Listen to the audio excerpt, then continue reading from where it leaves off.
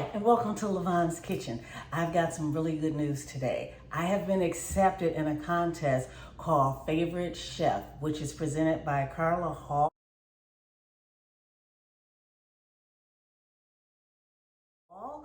And where there's going to be one chef who's going to be chosen by the public to earn $25,000 and a 2-page advertorial in the Taste of Home magazine. Yes.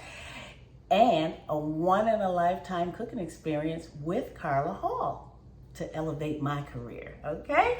The winner will be chosen by the public by way of voting. So I will keep you guys updated on where, when, and how you can vote for me. All right? See you soon.